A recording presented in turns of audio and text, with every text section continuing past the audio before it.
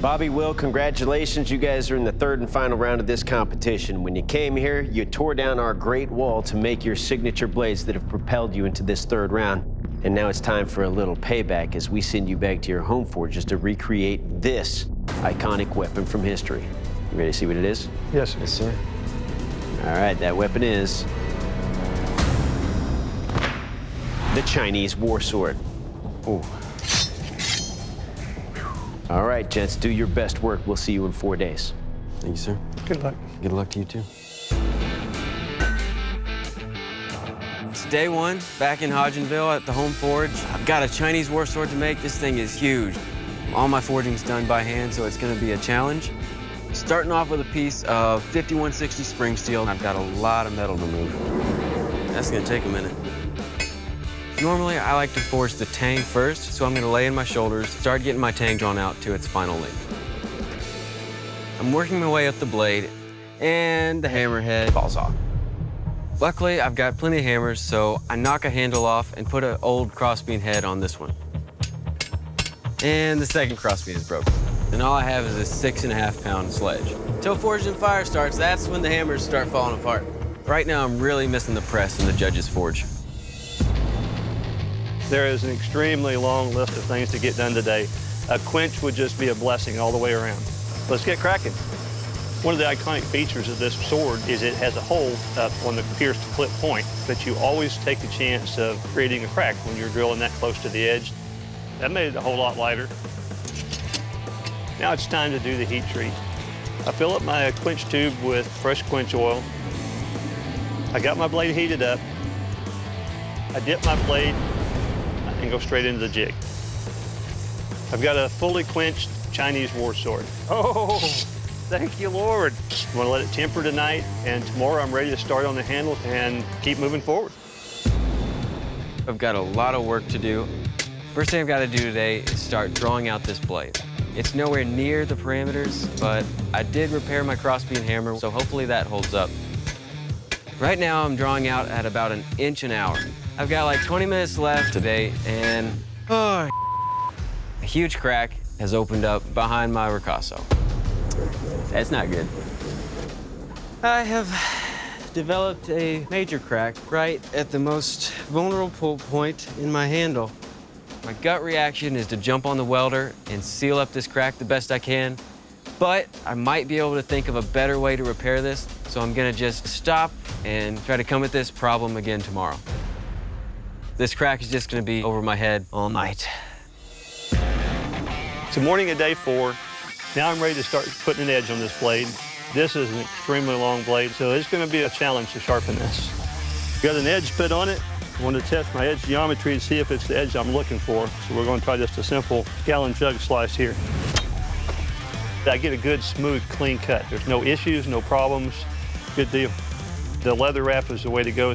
I don't want this handle to have any chance coming undone. I am gluing this one wrap at a time. Actually looks pretty good. I'm done. A little bit nervous. I'd be lying if I said I wasn't, but the excitement is much more than anything else. It's day 4. I'm gonna have to MIG weld this crack to keep it from getting any worse. Then I'm gonna create a mechanically connected sand mine. I'm gonna take 2 pieces of mild steel and weld them and rivet them onto the sides to create a new handle. They're gonna be my guard, gotta be my pommel, and they're gonna make sure my blade doesn't break into 2 pieces.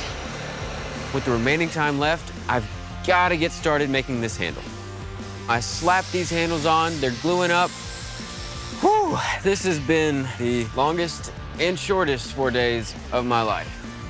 I wish I had more time to focus on the details, but at the end of the day, it meets parameters, it's safe, and it functions. All right, bladesmiths, welcome to the kill test. To find out what kind of lethal damage your weapon will do, I will take your Chinese war sword and deliver 1 strike on this ram carcass. Let's see how deadly they are. Bobby, you're up first. You ready for this? Yes, sir. Let's do this. My heart's just bouncing out of my chest. You've got the skin, you've got the bones, you've got the hide. I only get 1 shot at this ram carcass?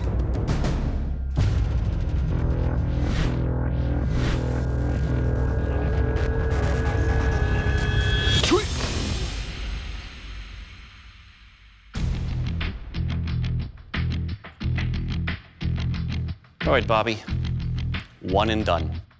As much as this is very intimidating in its look, it is crafted nicely. It's got a beautiful look to its finish. The balance is just right for a two-handed sword. A little forward heavy, but it tells you that's where the power is. Your edge is sharp. Even cutting through the spine and bones, no issues, no glinting, no rolls. Overall, sir, your Chinese war sword will kill. Thank you, sir. All right, Will, your turn. Ready? Yes, sir, I'm ready. Let's do this. Doug picks up my weapon, and at this point, all the nerves are out the window. I'm just excited. He's walking towards this ram's carcass, and I'm ready to see it fly right through.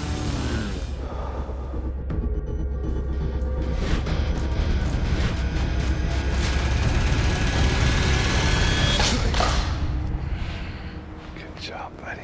Thank you. Right, Will, let's talk about your Chinese war sword here. First up is a very bulky handle. It's rounded. So as you get a good grip on it, you can feel it start to spread my hands around. But the wrapping that you put around it does allow me to get a good grip on it, so good on that. And one shot, one kill. Overall, sir, your weapon, it will kill. Thank you, sir. Ooh, I just felt a frightening chill. Must be the strength test. Jay? You boys remember me? Yes, sir. Yes, sir. Welcome to the ice block chop. This is going to test not only your edge and your heat treat, but the overall construction of your swords. Now, what your blades do to the ice, I'm not too concerned about. I want to see what the ice is going to do to your blades. Bobby, up first. How you feeling? Ready to go. Me too. Let's do it.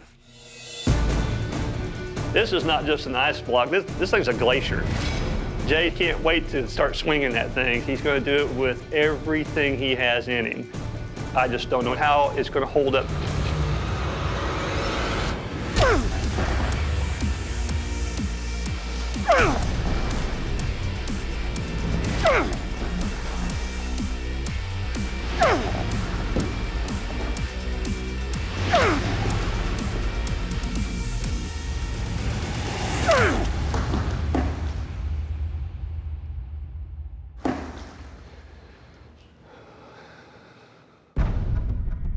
Great job, Bobby. Still razor sharp. No rolls, no glints, nothing. Everything's still tight. I mean, one of the swings, I was able to split that block. So it's got good feel. Just nice job overall. Thank you. Okay, Will, how you feeling? I'm nervous, but I'm excited. Okay, well, I'm just excited, so. This is gonna be brutal. I'm really worried about the crack in my tang right now. Chopping through a block that big is so tough.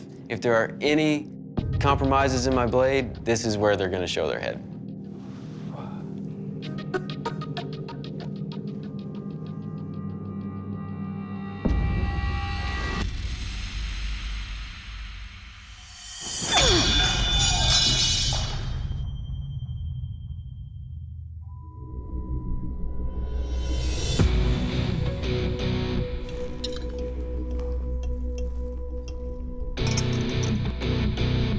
Well, we got a problem, Will. Big problem, sir. Right where you did your very rough hollow grind, there's a couple dark spots right in here. And with that thin spot right there, it was enough to allow that blade to just snap right in half on the first swing. So, did not survive, but good effort. Thank you, sir.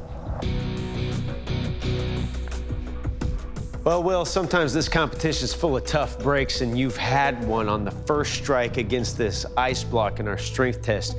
Unfortunately, we cannot continue testing your blade against your opponents. And for that reason, I'd like to invite you to shake our hands, shake your opponent's hand, and then please leave the forge to your right. Come on, my friend. Yes, sir. Excellent work, dude. Thank you, brother. It's tough. Having a blade break is obviously, it's a tremendous failure. But at the end of the day, I did the best I could with the tools I had, and I'm still proud of the piece that I put forward.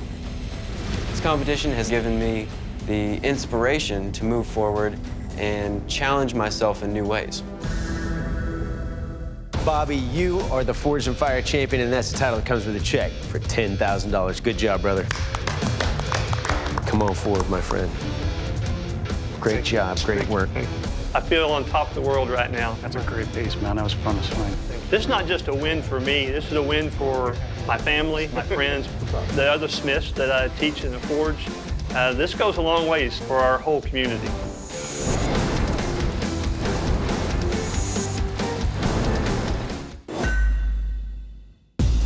Todd, Michael, congratulations. You've made it into the final round of this competition, which means that you're both one step closer to the title of Forged and Fire champion and that check for $10,000. Now we're sending you back to your home forge just to recreate an iconic weapon from history. That weapon is the Campilan. Good luck. We'll see you in 5 days.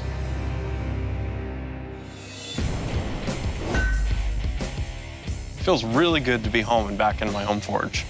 The Campilan is completely new to me. Part of this is a historical recreation, so it's really important I make it historically accurate. All right, here's my new sword. That's good. I'm really nervous because it doesn't take much for this to get messed up. I feel I can do it, but I just have to stay on task. Looks pretty good. My goal today was to have a profiled sword. That happened, and now I'm a little further ahead than I anticipated. I'm beat. Yesterday, I had to upsize the motor on the power hammer. Okay. I forged out my piece. There you go. That looks like the picture. Today, I want to make sure I get that thing all tapered, narrowed down. Getting the weight off the blade and trying to thin that down was a task in itself. I hope I have it thin enough for Doug. Hopefully it'll satisfy him. It's getting a lot lighter. Ready for heat treating. Quenching's a real critical thing. You don't want to hear that little tink, you know, that crack sound.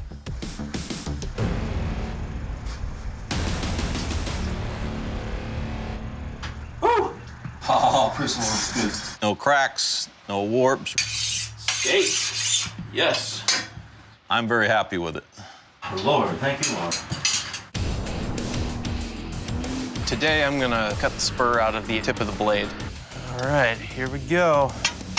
There's a lot of bad things that can happen here. Taking a chisel to any part of your blade can result in unfixable blemishes.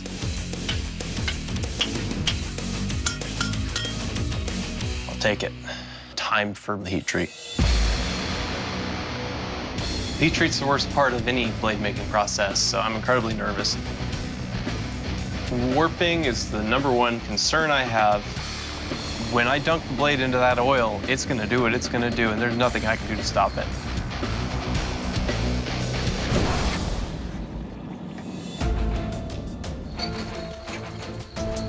My gut wrenches. Warp. Sucks. The thinner the steel, the more tricky it can be to get the heat treat to go off without any issues. But as I look at it, I like it.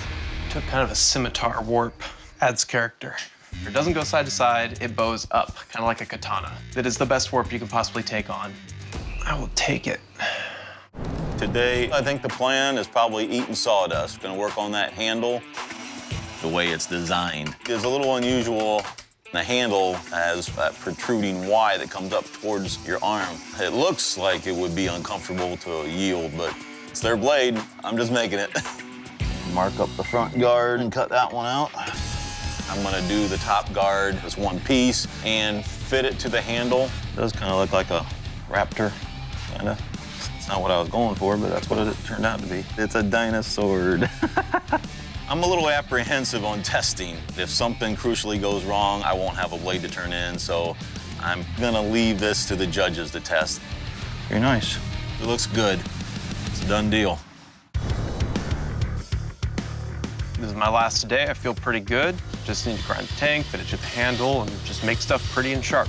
The handle material is a big block of mahogany. Mahogany is a traditional wood. It's tough, it's rot resistant, so I don't have too many concerns about going into this. Getting this handle put on, and that is the point of no return.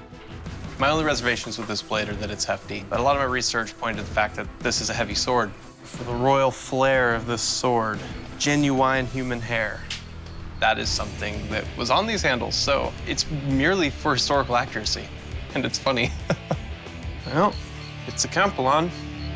All right, gentlemen, to test the sharpness of your blades, I'll be chopping through our cat's cradle of rope here. Now, Todd, you're up first. You ready? I am.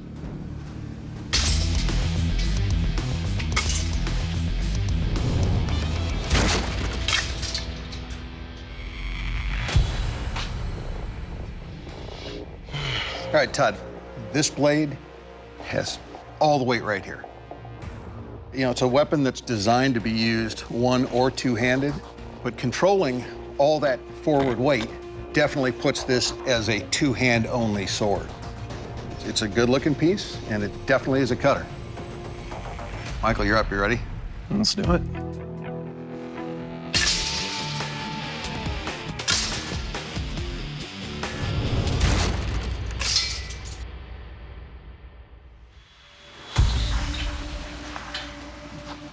Still a very heavy weapon. I would have zero confidence swinging this one-handed that it wouldn't get away from me. But the weight distribution on your blade is further back, which gave me quite a bit more control to chop those ropes. It's definitely a cutter, so good job, nicely done. Thank you. Bladesmiths, this is the kill test. I'm gonna take your Campilan and deliver lethal blows on this big carcass. Todd, you're up first. You ready? I sure am.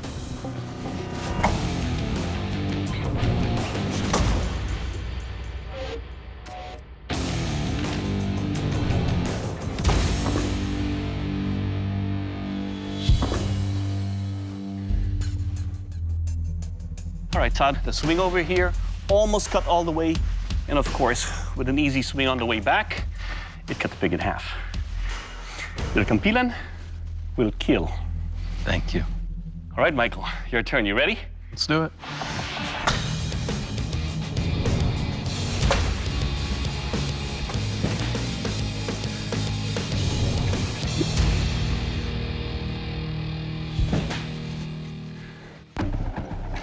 All right, Mike. So even though it is a heavier blade, its counterbalance allows it to wield going forward and backward easily. So it was an easy recovery for the final chop. Overall, your Campilan will kill. Thank you. Good job. All right, gentlemen, to test the strength and durability of your blade, I'll be chopping into this green bamboo. Bamboo, it's hard stuff. If you didn't harden your blade right, there's a flaw in it. This will tell it. I am praying that my edge holds up.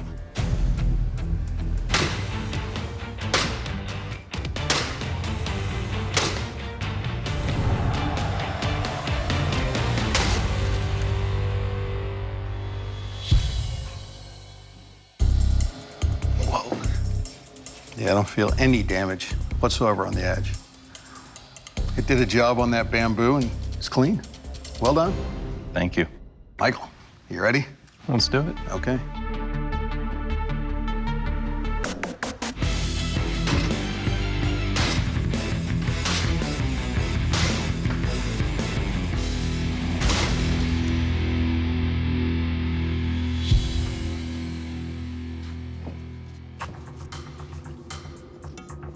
Well,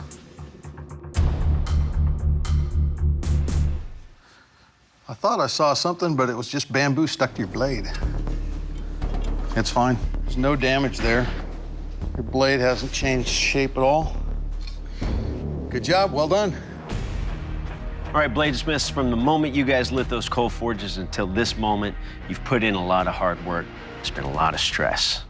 But in this arena of competition, there can only be one forged and fired champion, and that champion is Michael. Congratulations, you are the forged and fired champion. Todd, unfortunately, your blade did not make the cut. Todd, this is what we judges expect in the third round. Two beautiful blades, equally matched, but it comes down to the finer details. Your blade isn't as well balanced as that of your opponent's, and your design and detail were not as strong. So for those reasons, we have to let you go. Understand. Be proud of your work, Todd, because it was a close call. But please surrender your weapon. I never thought about making it this far. This is the first sword I've ever made. I'm proud of what I did, and it held up good. I didn't think that I would be capable of doing this. And you never know what kind of strength you can find Michael, congratulations. You are the Forged in Fire champion, and that's a title that comes with a check for $10,000. Good job, brother. All right, what's going on inside of there? It is surreal. Wasn't expected starting this competition, but huge affirmation of my skills. Please present your weapon to the judges. It's surreal. It hasn't really set in yet. All the years that I've put into this hobby, this craft, and now to be here and be the Forged in Fire champion, it's pretty amazing.